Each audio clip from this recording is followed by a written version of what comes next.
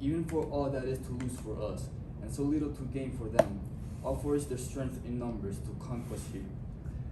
That is what was said by a Carthaginian senator in their empire's practical end, by the Romans in the Third Punic War. Depicted was the capital of the empire, being taken over by Rome. Good afternoon, my name is Miguel Rubio, and my research question for my presentation is if soldiers' morale determined the outcome of medieval sieges more than logistics. My argument is that the outcome of those sieges were determined significantly more by the besiegers' logistics. In Franklin D. Roosevelt's inaugural address, he emphasizes getting the country and the people to start producing once again. In this section of his speech, he states what he wants out of the country and how to do it. That was his main concern. He knew the importance of having good logistics in your side and how vital it was. So much so, he dedicated his first speech as president to promote it. Here, Roland describes a more down-to-earth view of the effects of logistics in a siege. He shows an example of a non-well-supplied army and the limitations they had because of it, and a more desperate and harder situation.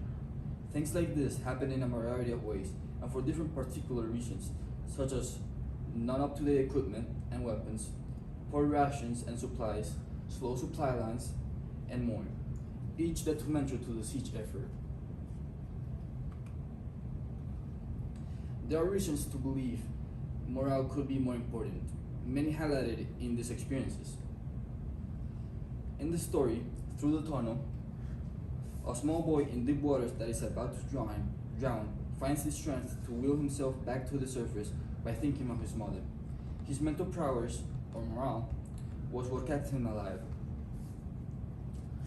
One line in FDR's speech is iconic because of what it represents. The only thing we have to fear is fear itself. He is raising his country's spirits and shows the need of his leadership. In Yanko's recounting, she focuses on the persistence needed and which they had because of community to accomplish her success in bettering Native Americans' life. The same persistence so rooted in a siege. The prevailing thing with all of these stories and events is that it hardly reflects on a grand scale and on long-running things like sieges in medieval times, whether it is one person or just one event. Things like it aren't enough in a siege. Here, Lomo places the importance of morale in a high pedestal. He accounts for the importance of things like self-sacrifice and the enemy knowing the commitment for the victories in battles and sieges in medieval times. Those sorts of things do help in securing victories, but again, the ginormous scale of sieges make things like this irrelevant, whereas logistics takes care especially of it. Speeds and quantities are too important in sieges for morale to be a prevailing concern. When a group obtains good logistics, especially consistently, they tend to win in sieges. As the general here states, the thing they have and obtain always wins against those who can match it, no matter the morale.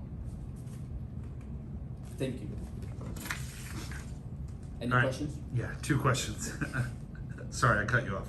Two questions. All right, first question. How valid and reliable were the sources that you used, and then how do you know they were? When I checked how reliable those sources were, I thought they were very reliable. First off, I got them from very reputable sources, such as university libraries, and I made sure almost all of them are peer-reviewed and have sources linking to them, and in them having sources linked to other sources as well. Okay. And what advice would you have for somebody else who wants to take on this topic?